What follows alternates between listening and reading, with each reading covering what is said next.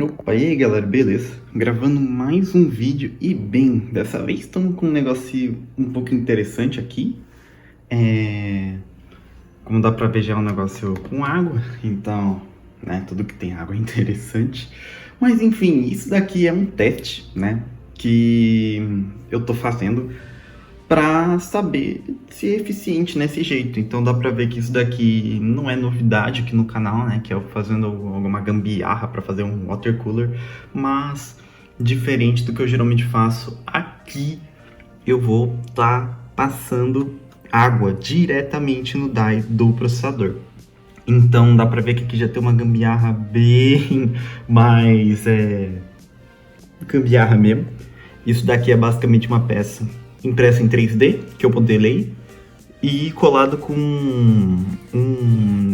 uma resininha, né? Então, isso daqui é bem diferente, né? E o funcionamento dela até que é bem simples, né? Eu fiz até um desenho só para dar uma ilustrada. É basicamente uma peça de plástico, isso daqui por fora, esse daqui é o processador e esse daqui é o die, né? Esse negocinho aqui no meio. E a água vai passar diretamente por cima. Então aqui é um caminho bem estreito, para que passe bem rente, né? E é certeza que o fluxo vai estar passando em cima, né? Porque se for muito alto aqui, a água vai passar e não vai passar pelo die. Então tem que ser meio estreito.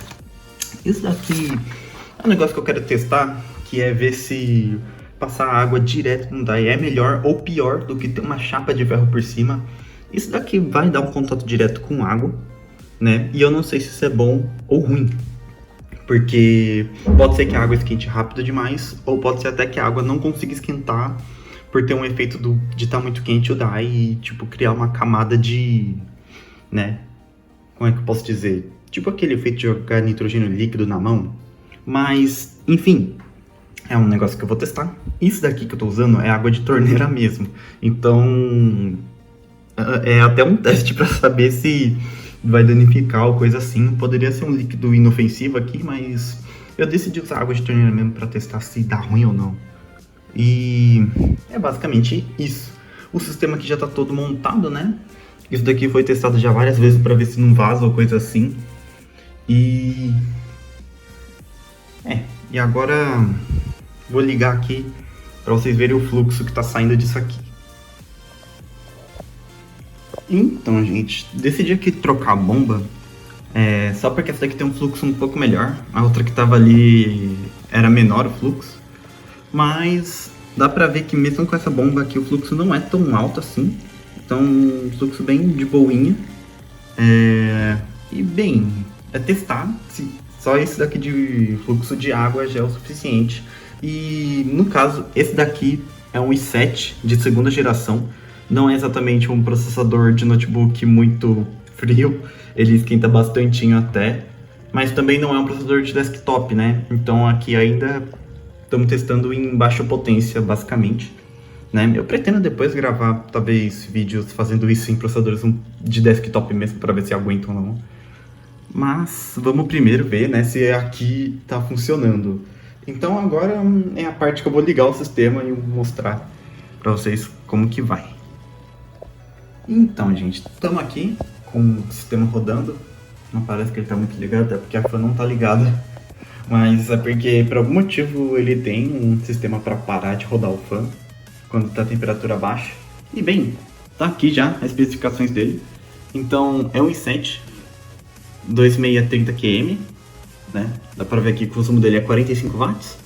E a temperatura dele, por enquanto, em idle, tá... É que aqui ele deu uma subidinha, mas tá 36 graus, né? Então, dá para perceber, né, pela subidinha que deu aqui, sempre que ele tiver algum uso, ele vai dar um picozinho e depois vai baixar imediatamente para a temperatura normal, assim, uma temperatura sem uso, né? Então a curva é bem tipo reto, né? Não é nenhuma curva, ele é tipo assim, tá usando temperatura tal, não tá usando a temperatura tal. Então esse é um dos efeitos, né, de passar água direto, porque não tem nenhum metal, né, que vai segurar a temperatura, né? Então, ou ele vai estar frio ou ele vai estar quente, e isso depende puramente do uso, né? Então não é tipo, parou de usar, ele vai descer lentamente a temperatura, ele vai descer na hora, né? Então, não sei se isso chega a ser alguma coisa muito ruim a longo prazo, o que talvez seja, né? Porque é meio que um choque térmico. Mas isso daí só se estivesse usando por muito tempo para saber, né? Eu não sei se é uma ideia muito boa, mas enfim. Vamos testar com o que tá aqui e ver o que acontece. Então, vou fazer, né, rapidinho, um bench, só para ver a pontuação. Então, ele pega por volta de 1.240 pontos, e a temperatura sobe para 66 graus, né, agora que tá. E tá vendo que fica cravadinho até o teste terminar, ficar em single core, vai para 50. Aqui, depois que termina o teste, terminou agora, já desce direto para 36. Então é algo bem, né, bem cravado mesmo. Agora, então, depois de fazer esses testes, eu vou deixar aqui em estresse CPU, né, pra ver como é que lida. Por enquanto, vai ficar cravado em 66 até a água esquentar um pouco. E eu também vou deixar já o da gráfica, né, tá aqui bem no cantinho, pra ver se aumenta, né. Então vamos ver aqui. Tá em 67. Render de placa de vídeo. Calma aí que ele não tá startando. Não sei se não tem driver ou coisa assim. Mas enfim, quando tiver funcionando esse negócio eu venho voltar aqui e mostrar.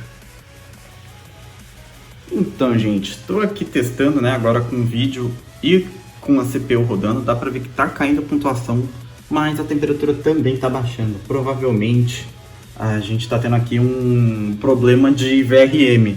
Depois eu vou pegar o termômetro aqui e medir a temperatura dele. Então, gente, aqui no VRM tá tendo uma temperatura 90 graus, então provavelmente tá sendo limitado pelo VRM, porque essa placa não foi feita para aguentar o i7, né, essa placa de notebook, e por isso que ele só tá ligado por causa dessa chapa que tem no PCH do carinha, mas tá rodando, né, a temperatura tá bem boa. Se deixar ele aí estressando, sem considerar o fato do VRM estar arregando para manter a pontuação e tudo, ele vai ficar numa temperatura muito boa. Aqui em cima, o processador não tá quente. Então isso daqui não vai derreter nessa parte, mas ela foi impressa em ABS, então ela aguenta uma temperatura boa. Essa parte aqui do processador em si, ela tá um pouquinho quente. Eu acho que é por causa mais da energia mesmo. E agora vou fazer um teste em jogo, né? Pra ver como é que o sistema lida com alguma coisa mais usual rodando, ao invés de um teste de estresse todo bagunçado.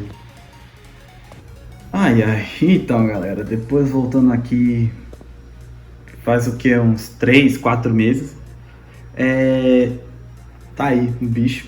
Ele queimou, simplesmente. O que aconteceu foi que eu deixei para rodar o jogo, eu deixei ele instalando alguns drivers enquanto estava na água. Só que a água acabou esquentando demais e começou a vazar esse bichinho aqui. Tá vendo que até eu passei uma camada de PU só para caso eu fosse testar de novo. Só que o que acontece é que a placa em si, ela queimou mesmo. O que acontece é que eu não sei se vocês conseguem ver ali. Eu acho que eu até dei uma limpada porque ela tava toda suja. Deixa eu ver se eu consigo tirar isso. Mas em algum lugar ali, tem que pegar com mais luz pra ver. Mas só que deu um curto. Deu um curto e provavelmente agora essa placa não tem mais 5 volts. É um negócio que eu acho que é consertável, porque provavelmente só foi a fase de 5 volts. Mas eu também não sei se o processador tá bom. Eu não sei se pode ter queimado o PCH ou qualquer coisa assim. Mas isso daí eu vou testar depois, né? E enfim, né, isso daqui é um vídeo que eu tava pensando se eu descartava ou não, mas como eu consegui um resultado até que legal, pelo menos do teste, então eu tô aqui gravando de volta, só a finalização dele, né, e bem, foi um teste bem legal até, né, essa placa também já era um negócio que eu tava abandonando, né, então não era uma placa muito importante, até porque eu tenho outras plataformas que esses 7 cabem, né, e enfim, foi mais por esse caso aí, por eu estar focando em outras coisas que eu demorei pra gravar esse vídeo aqui, pra finalizar ele. Mas agora vai ter umas coisinhas bem mais legais por aí vindo, porque agora já comprei bastante coisa do AliExpress. E agora vai dar uma sériezinha de vídeos aí, bem legais. E também, só pra finalizar, eu vou deixar aí meio que uma parte do outro vídeo onde eu fiz um watercooler nesse Note, só que com uma chapinha de metal em cima, pra ter uma comparação mais ou menos de o quanto que foi melhor ou pior passar água direto no dye. Mas, no geral, eu achei isso uma experiência bem legal de fazer. Eu nunca vi se isso alguém já tinha feito. O bom desse método é que ele não precisa de pasta térmica, né? Apesar de precisar ainda de líquido de water cooler, então...